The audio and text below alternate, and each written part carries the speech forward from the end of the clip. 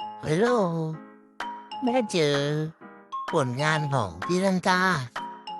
ตอนสมัยอยู่บริบาล2นะคะบริบาล1สอนสาธิตแล้วก็เป็นอนุบาล1ปีแรกนี่บริบาล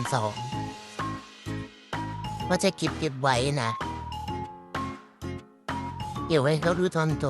สัญลักษณ์ของมีซันต้าประจำตัวนี่จะเป็นรูปปลา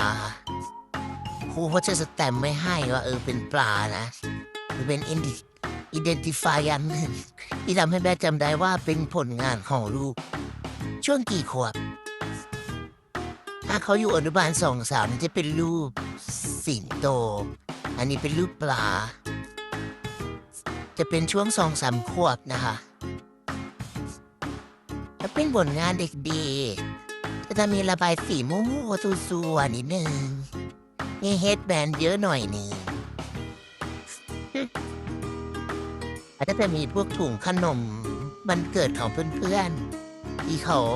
ให้มาแม่ก็เก็บไว้เหมือนกัน